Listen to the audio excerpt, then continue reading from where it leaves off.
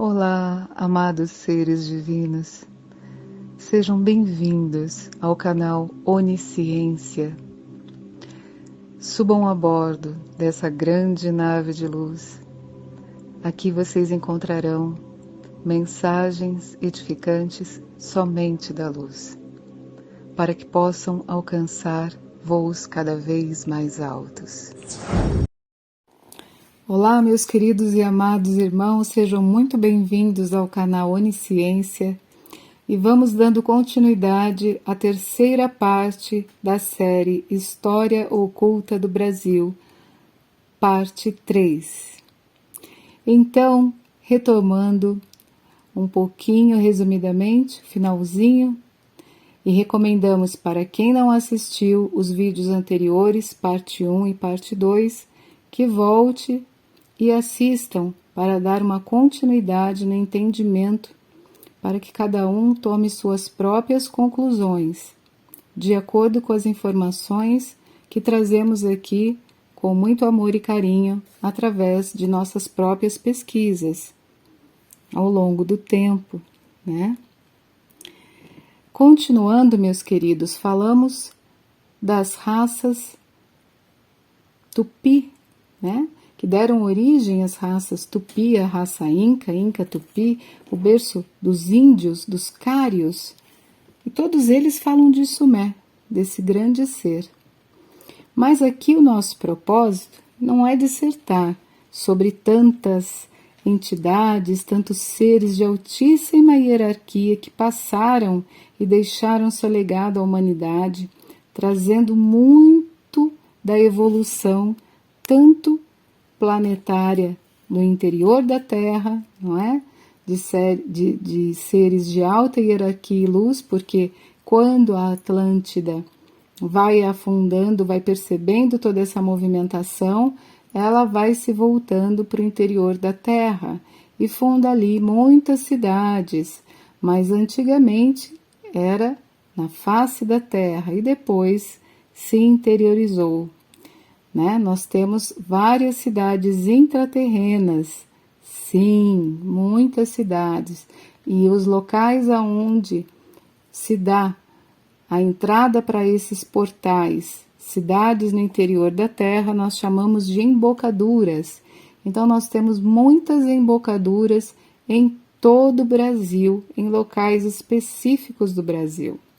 E caso queiram, podemos também em um outro momento, é só deixarem aqui os seus comentários, através de seus comentários, que nós também ficaremos muito felizes em falar um pouco mais desse assunto, caso queiram.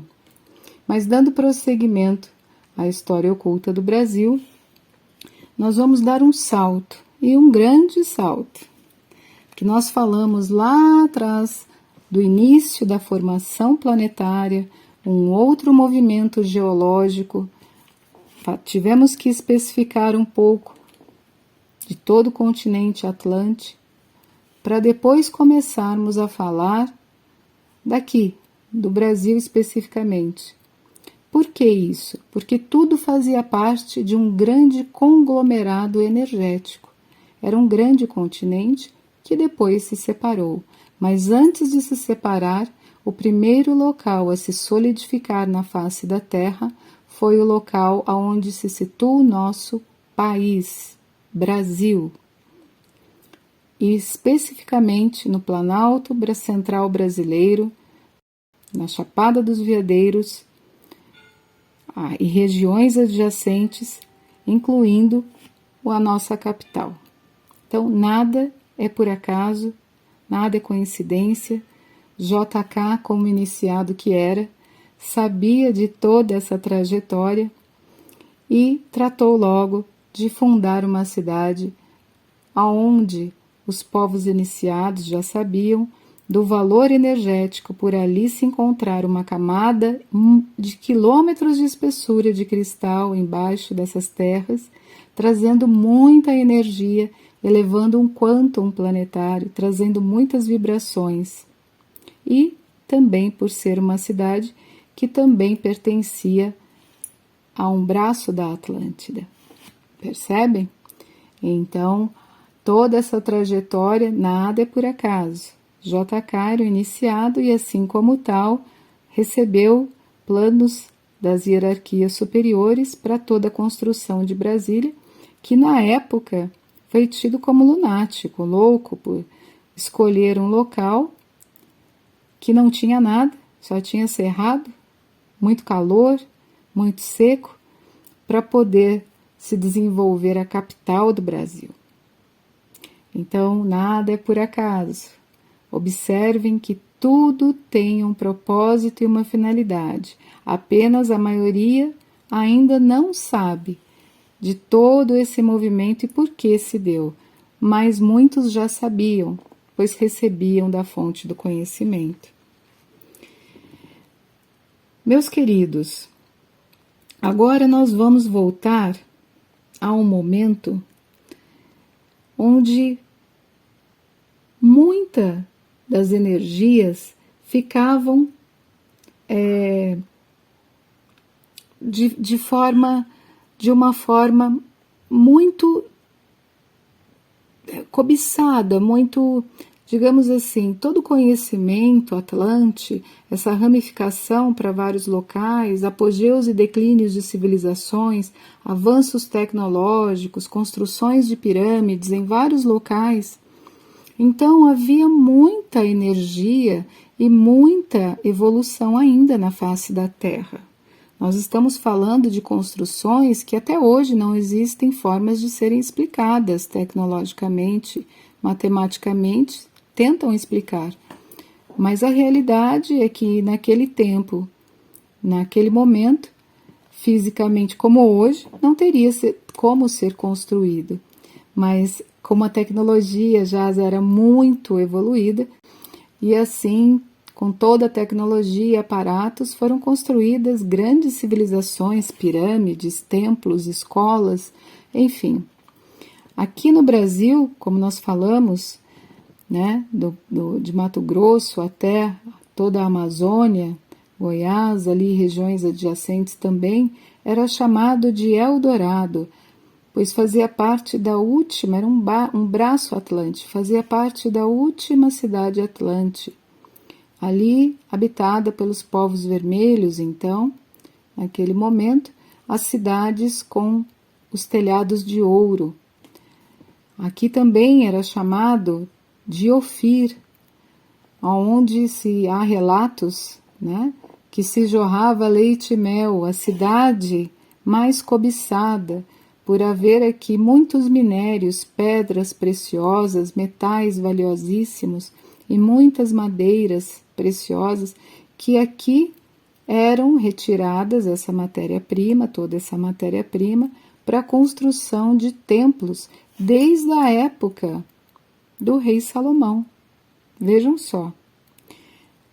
Os fenícios, excelentes comerciantes, descendentes atlantes que detinham poder de conhecimento e navegação de altíssimas hierarquias, vinham com suas naus até o Brasil, faziam a extração de minérios, de matéria-prima, né, de ouro, enfim, de várias madeiras, e levavam para o Oriente, para as regiões ali próximas, para construções de templos.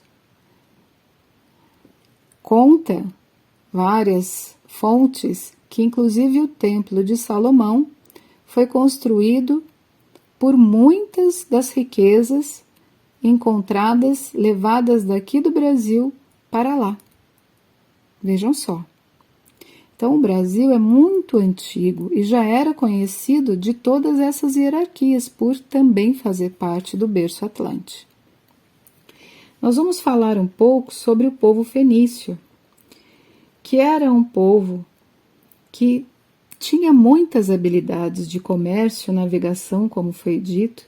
Era um povo também descendente atlante, de um outro movimento de intercambiação racial extraplanetária, e que naquele momento passava por uma crise. Enquanto essa crise se dava na Fenícia, no reinado de Badesir, seu rei, seu monarca, Gostaria ele, então, de trazer toda a sua corte e seus filhos, a sua parelha, né, Manúsica, os seus filhos primogênitos, para cá, para o Brasil, pois já era uma terra conhecida pelos fenícios há muito tempo. E nessa região já haviam até construído templos, escola, esfinges, inscrições, pirâmides, que ainda se encontram aqui e ainda há resquícios dessas construções, mesmo passando-se milhões de anos, tomadas pela erosão e quase apagadas com os éons dos tempos.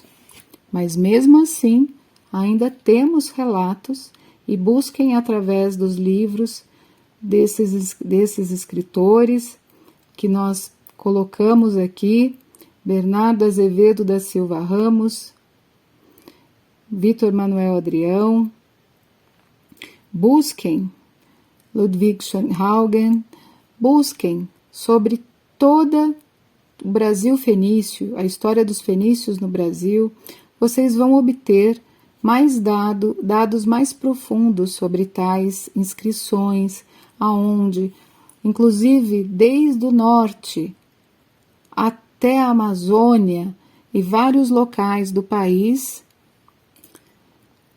esses pesquisadores encontraram e traduziram tábuas de escritas fenícias e sumérias.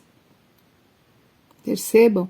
Então existe aqui toda uma série de provas que traz à luz tudo o que estamos falando com embasamentos científicos. Portanto, não é ao acaso. Voltando, nós vamos falar dos fenícios.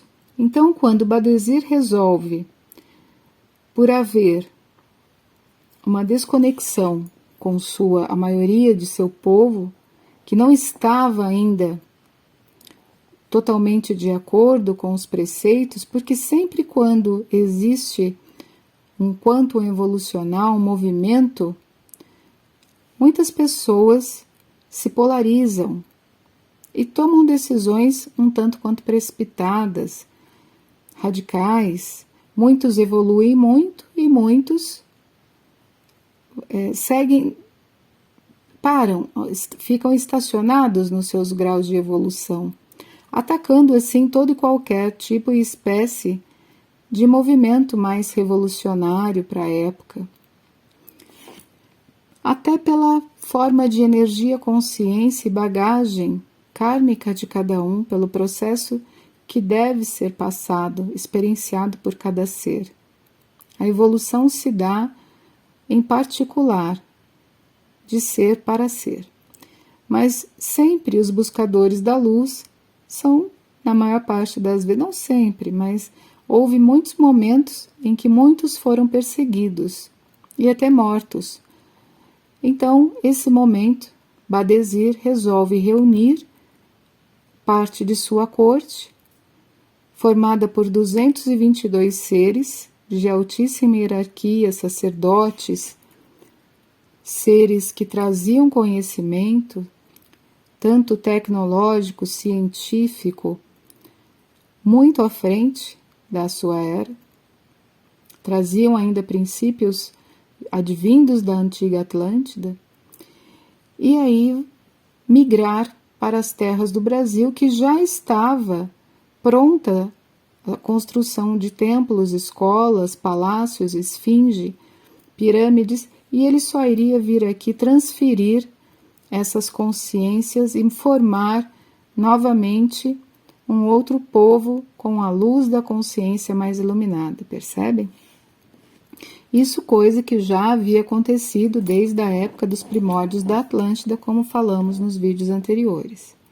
Pois bem, Badesir vem com esses 222 seres, com militares também, e nesse momento, Badesir é procurado por uma tribo de guerreiras, também de alta hierarquia evolucional, de muita luz, mas de muita força, chamado de Amazonas. Essas guerreiras trabalhavam guerreando com povos, conquistando, batalhando, e eram muito temidas na época por vários povos e, por sua vez, também muito perseguidas. Então elas entram em contato com Badesir e firmam ali uma parceria para que viessem junto com a corte de Badesir para as novas terras. Na verdade, não seriam novas, eles não chamavam aqui de novas terras, mas para as antigas, para o outro lado do mar, para o local dos antigos, né? Aonde antigamente também fazia parte da Atlântida, percebem? Então, eles vêm, fazem esse contato, Badesir diz para elas, então, vocês irão nos defender, porque são grandes guerreiras, né? Vão nos ajudar na parte militar e nós vamos levá-las conosco nas nossas naus. E assim feito essa parceria de não atacar, não se atacar nenhum nem outro e haver esse momento de trégua até para virem para cá. E quando elas vêm, elas se instalam onde hoje é o local chamado de Amazonas. Então não é por acaso. Essas mulheres guerreiras que tinham cor de pele mais escura, uma pele linda, mas que traziam uma coragem incrível e invencível que muitos homens não tinham, e elas só procuravam os homens na época para fazerem um acasalamento, procriarem e parirem seus filhos e continuar a treiná-los. Os meninos ficavam com os pais e as meninas iam junto com as mães. Pois é, mas eram assim que se perpetuavam essas tradições na época e traziam muita das lendas que hoje nós vemos. E surge aí um local que toma o nome dessas guerreiras, portanto, um local que traz a energia desses seres, que também não é por acaso, pois ali na Amazônia, e quando eu digo Amazônia, de uma forma geral, não só no Brasil, mas a Amazônia como um todo, cedia grandes pirâmides, templos escola, como nós podemos observar nas crônicas de Acacor, no caminho de Piabiru. Busquem sobre esses assuntos. Existem vários vídeos falando de pessoas sérias e pesquisadores na atualidade, busquem sobre isso. E vale a pena vocês irem até tais locais, assim como Planalto Central Brasileiro, vão a tais locais, Serra do Roncador, são locais de altíssima hierarquia e energia. Nós sentimos lá que algo há de diferente, a manifestação de um quanto energético diferenciado.